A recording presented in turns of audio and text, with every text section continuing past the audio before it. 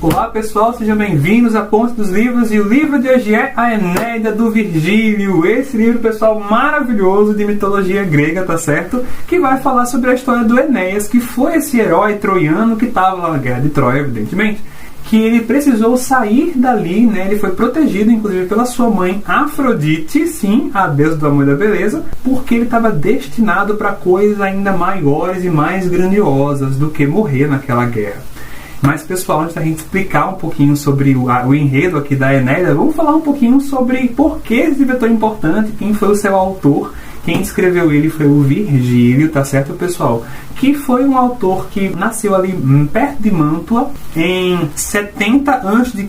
e morreu em 19 a.C. aos 51 anos. Esse livro, pessoal, ele foi publicado sem o consentimento do Virgílio, porque ele não tinha acabado, não tinha finalizado aqui a obra. Mas o imperador, tendo posse ali, né, estando na posse desse livro, viu que era tão legal que não quis queimá-lo, na verdade, como o Virgílio queria que fosse feito, e logo após a morte do Virgílio publicou a obra. O Virgílio faz uma grande homenagem aqui aos livros do Homero, a Odisseia e a Ilíada. A primeira parte aqui da obra fala das andanças que o Enéas teve que fazer até chegar em Cartago, então seria uma parte que faz uma referência muito grande à Odisseia, e a segunda parte é a parte bélica aqui do livro, onde o Enéas vai precisar utilizar ali o exército dos troianos contra outros exércitos para defender-se ali, então seria uma homenagem à Ilíada. Inclusive, trechinhos da Ilíada se encontram aqui nesse livro, que é bem interessante. Algumas pessoas criticaram na época, falando, ele está plagiando, ele está copiando. E outras pessoas reconhecem que, na verdade, ele estava fazendo uma referência direta e fazendo uma homenagem à grande Ilíada do Homero. Esse livro vai servir também, pessoal, de referência ética para o povo romano, assim como a Odisseia e a Ilíada foram referência ética para o povo grego. Principalmente porque o Enéas, ele é um personagem, pessoal, que ele tem uma piedade muito grande. E daqui a pouco a gente explica direitinho sobre essa questão da piedade dele, mas tem outros personagens também que mostram aqui comedimento, sabedoria, e eles vão se dar muito bem, porque eles são virtuosos. Enquanto outros personagens que são violentos, agressivos, gananciosos, impulsivos, eles vão sofrer consequências trágicas, negativas, sofrerão até vão morrer por conta daqueles comportamentos. Uma coisa super interessante acontece aqui na escrita da Enéida, pessoal, porque o Virgílio, ele conseguiu fazer, na verdade, uma união da origem do povo romano à mitologia grega. O que acontece é que o Enéas vai conseguir fundar uma cidade, e 300 anos depois, aquela cidade que ele fundou vai dar origem ali à cidade de Roma. Então é como se ele estivesse aqui no livro falando que, na verdade, o povo romano descendeu do povo troiano. E também o Virgílio, ele divinizou a figura do seu imperador aqui no livro, porque ele vai colocar que, na verdade, o imperador seria um descendente do próprio Zeus. Olha só, Zeus, ele é pai de Afrodite, Afrodite era mãe de Enéas, Enéas teve um filho chamado Ascânio, que tinha um apelido chamado Ilo. O nome Ilo, lá na frente, né, depois desses 300 anos, sofreria uma alteração de Ilo para Iulo. Depois viria Iúlia, e aí depois Júlia. E aí a linhagem, a família de Júlia, seria a família que deu origem a Júlio César. E não apenas isso, pessoal, porque em uma outra passagem super importante aqui da obra, que é a descida do Enéas ali ao mundo dos mortos, aonde o Enéas vai se encontrar com seu pai, que vai falar da sua grande missão, e também vai encontrar ali, porque os gregos acreditavam em reencarnação, espíritos que voltariam a viver na Terra. Só que esses que estavam lá, pessoal, eram figuras que estavam depois ali no governo, na história do governo de Roma, entenderam? Então, para o pessoal que lia naquela época, tinha esse sabor, né, de ver a história deles diretamente relacionada àqueles mitos, né? E, pessoal, a Enéida influenciou vários outros autores de várias outras nacionalidades ao longo da história da literatura. Olha só.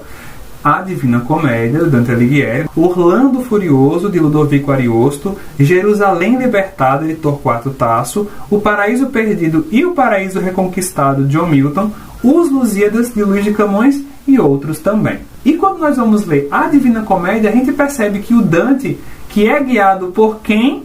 pelo Virgílio. Sim, o Dante coloca o Virgílio, que é uma figura histórica da literatura, como personagem da sua obra. E vai ser o Virgílio quem vai levar o Dante através do inferno e do purgatório até chegar na entrada do paraíso, que é onde o Dante vai ser guiado por Beatriz até lá o último ciclo do paraíso. Mas na viagem pelo inferno e pelo purgatório, a gente vai ver uma estrutura de diálogo muito parecida com o que o Enéas tem com a Sibila aqui nessa obra. Ele vai visualizando o que tem por ali, perguntando a Sibila, e a Sibila vai explicando para ele o que tem ali naquele mundo dos mortos.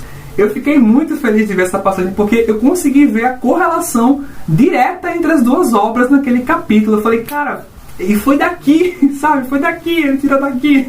Então, pessoal, vamos falar agora do enredo desse livro aqui, tá certo? Esse livro, pessoal, é um poema épico. Ele foi escrito naquela mesma estrutura que são os hexâmetros datílicos, também utilizados por Homero na Odisseia e na Ilíada. E ele já vai começar, se eu tivesse que colocar aqui na posição dos romances, né? É um romance em média res. Ele já vai começar ali no meio da aventura.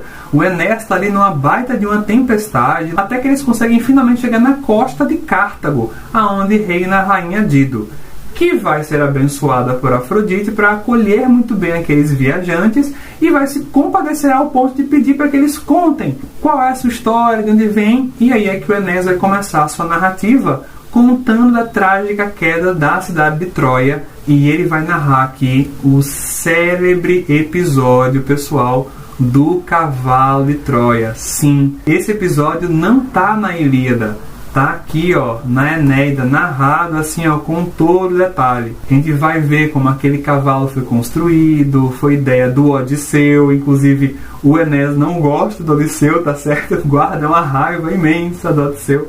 Vai explicar como um profeta tentou avisá-los, mas os deuses mandaram uma serpente marinha matar aquele profeta, e os troianos tomam aquilo como um sinal dos deuses para aceitar aquele presente e vão colocá-lo ali no meio da cidade. Um detalhe interessante que me chamou a atenção foi que os troianos ouviram que tinha algum metal ali dentro, retinindo, enquanto o cavalo passava ali, né, por umas buraqueiras que tinham para poder chegar na cidade, mas os troianos não deram atenção para isso e levaram o cavalo para o centro da cidade. E aí, pessoal, nós vamos acompanhar os gregos invadindo a cidade, o Enéas acordando no meio daquela confusão. O Enéas vai acompanhar a morte do rei Príamo e vai ver Helena, aquela que teria sido, né, o centro daquela guerra inteira, por ela que estavam lutando, né? Mas a deusa Afrodite o impede, fala para ele voltar para casa, pegar a família dele e partir, porque tem muito mais reservado para ele, e se ele atacasse Helena ali, ele poderia ser morto, descoberto pelos gregos. O Enéas faz isso, e aí tem uma cena, pessoal, que é bem emocionante. Ele vai pegar o pai dele, colocar nas costas, o pai velhinho, pegar o filho dele pela mão, o filho pequeno, e a esposa dele vem correndo atrás enquanto eles saem da cidade. Quando eles chegam fora da cidade, eles vão para um templo que é da deusa Cibele, que é a grande deusa mãe da cidade deles, que eles cultuam, e ele vai perceber que a esposa não o seguiu. Ele vai deixar o pai e o filho ali, volta para a cidade, não encontra o corpo da esposa, mas apenas o seu espírito, que junto da deusa Cibele vai acalmá-lo e pedir para que ele continue a sua jornada, porque sim, repete mais uma vez, muito mais está destinado para ele. Ele tem uma grande missão que futuramente vai ser revelada para ele, que ele possa seguir em frente. E a gente vai acompanhar então o Enéas continuando seu relato, suas andanças, levando, porque não apenas eles conseguiram fugir, mas outros troianos conseguiram, junto-se um povo de uma quantidade não grandiosa, mas considerável. Ele torna-se o líder daqueles troianos que estão ali fugindo, e ele vai levar todo aquele pessoal para tentar encontrar um outro local onde eles possam se estabelecer. E aí o Enéas vai narrando essas viagens e andanças de um lugar para outro. Ele vai passar na ilha dos Cíclopes e vai ver Polífemo já ferido pelo Odisseu. Vai escapar de Scilas e Caríbides, que são outros monstros que também são encontrados na Odisseia. E passam por uma ilha que são das Harpias, que não deixam eles comerem as comidas que tem lá, atirando fezes nas comidas. Eles têm que enfrentá-las de algum jeito, até que eles chegam finalmente em Cartago, aonde tem a rainha Dido, e terminam de contar ali a história para ela. E agora, pessoal, eu quero falar um pouquinho dos inimigos do Enéas, porque eu não falei de nenhum. Na verdade, pessoal, quem vai tentar atravancar ali os passos do Enéas de alguma forma é ninguém mais, ninguém menos do que a deusa Hera. Porque, em linhas gerais, vou resumir muito, tá certo, pessoal? Em um determinado instante, lá antes da Guerra de Troia, aconteceu uma disputa. Vamos dizer, vou colocar em termos muito resumidos, tá bom? A deusa Hera competiu contra Afrodite e Atena, quem seria a mais bela dentre as três, e foi justamente um homem troiano, Paris, quem escolheu Afrodite. Hera, que é a rainha dos deuses, ficou ofendida com os troianos desde então. E o que aconteceu, né? Que esse Paris, inclusive, escolheu Afrodite porque ela prometeu a ele uma certa mulher chamada Helena. Sim, que era casada com Menelau. E é por isso que eles se apaixonam, ele sequestra ela e começa a Guerra de Troia. Por isso que Hera vai tentar atrapalhar o Enéas o quanto ela puder, porque Enéas é troiano. Então ela vai tentar criar dificuldades. Ela não tem a força das armas, nem a força física, mas ela tem a força do discurso. E através de outras deidades que ela vai utilizando para plantar realmente cisânia, inimizade, intrigas, ela vai colocar várias forças contra o nosso herói troiano. Então, pessoal, essa foi a resenha do livro de hoje. Espero que vocês tenham gostado, né? Mais uma vez, eu vou deixar aqui a recomendação, sim. Baita livro, maravilhoso. Se você não pegou a Enéida para ler, pode pegar a Enéida para ler. Você não vai se arrepender, muito pelo contrário, porque isso aqui, ó, tem ação, aventura, romance, tragédia, comédia, e ainda por cima vai deixar um monte de reflexões para você também. Inclusive, não falei essa questão da piedade do Enéas, não é verdade?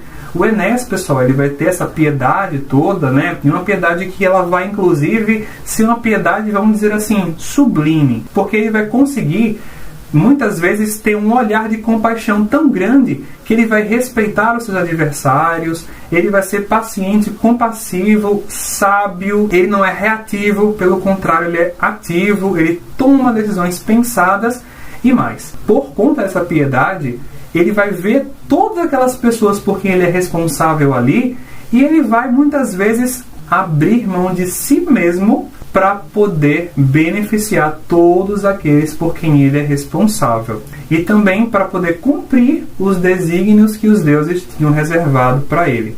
E qual eram os desígnios que os deuses tinham reservado para ele, que eu não falei para vocês, né? Que ele seria o fundador de grandes cidades. E uma delas seria uma cidade muito grande, muito poderosa, que ia durar por toda a eternidade, né? Essa cidade que ele fundaria, 300 anos depois, se tornaria a cidade de Roma.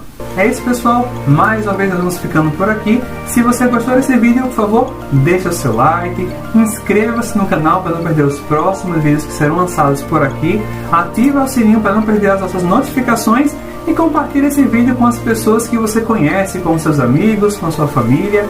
É isso, pessoal. Mais uma vez, muito obrigado pela sua atenção, muito obrigado pela nossa travessia e até a próxima.